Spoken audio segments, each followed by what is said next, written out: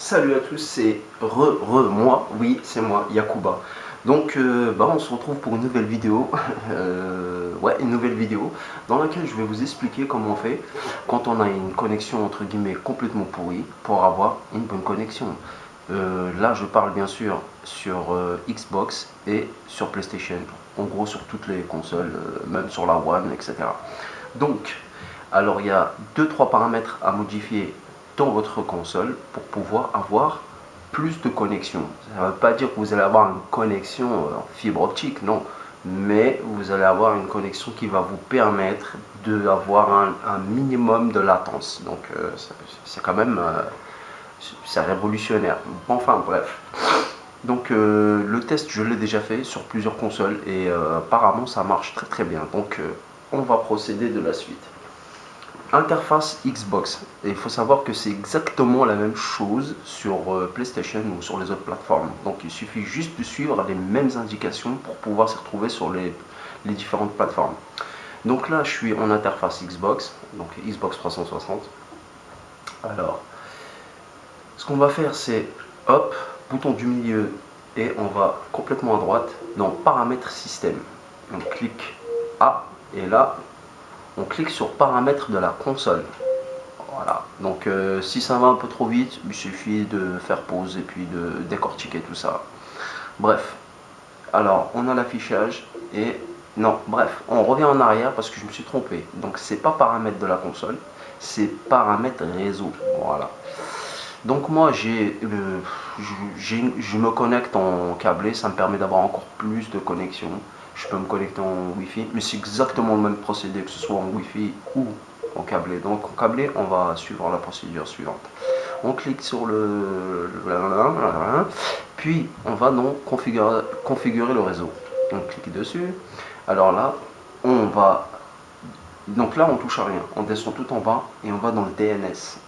Alors vous voyez le DNS à la base. Moi, mon DNS, je vais vous mettre le automatique. Logiquement automatique, vous voyez les chiffres qui s'affichent en bas. 192, ça c'est comment s'appelle les serveurs DNS, serveur DNS principal et le serveur DNS secondaire qui est 4x0. Donc ça c'est ce qu'on vous donne à la base, vous avez ça. Par contre, va falloir les modifier pour avoir justement une connexion. Donc ça c'est le DNS de je ne sais où, de je ne sais quoi, certainement de mon fournisseur Free. Je suis chez Free. Maintenant, on va mettre le DNS le plus rapide au monde. C'est le DNS de Google. Donc, on va cliquer là-dessus et on va descendre sur manuel. Ensuite, on va sur le serveur DNS principal. Clique dessus. Voilà, jusqu'ici, je pense que c'est. Donc voilà. Alors là, voilà. Moi, c'était 8888. Bah, 8. Je vous le retape comme ça, il n'y a pas de un point entre chaque 8, sauf faut pas mettre un point à la fin du quatrième 8. Ensuite vous faites start. Voilà, ensuite surtout faire start, ne pas faire terminer. Voilà, start. Serveur secondaire.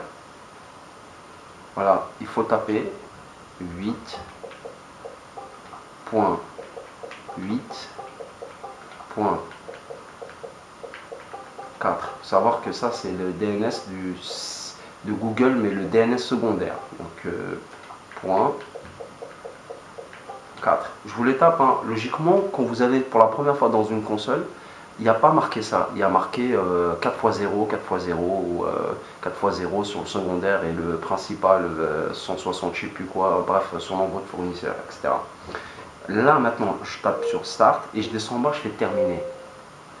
Donc je fais terminer, ensuite on revient en arrière, on va dans tester la connexion. Voilà. On fait tester la connexion, hop, déconnecter. Logiquement, si vous n'avez pas de problème de connexion, ça devrait s'afficher vert partout. Ça devrait faire le pont entre Xbox 360, entre les réseaux Internet et Xbox Live. Et il n'y a pas de raison pour que ça ne passe pas. Voilà. Voilà, c'est terminé.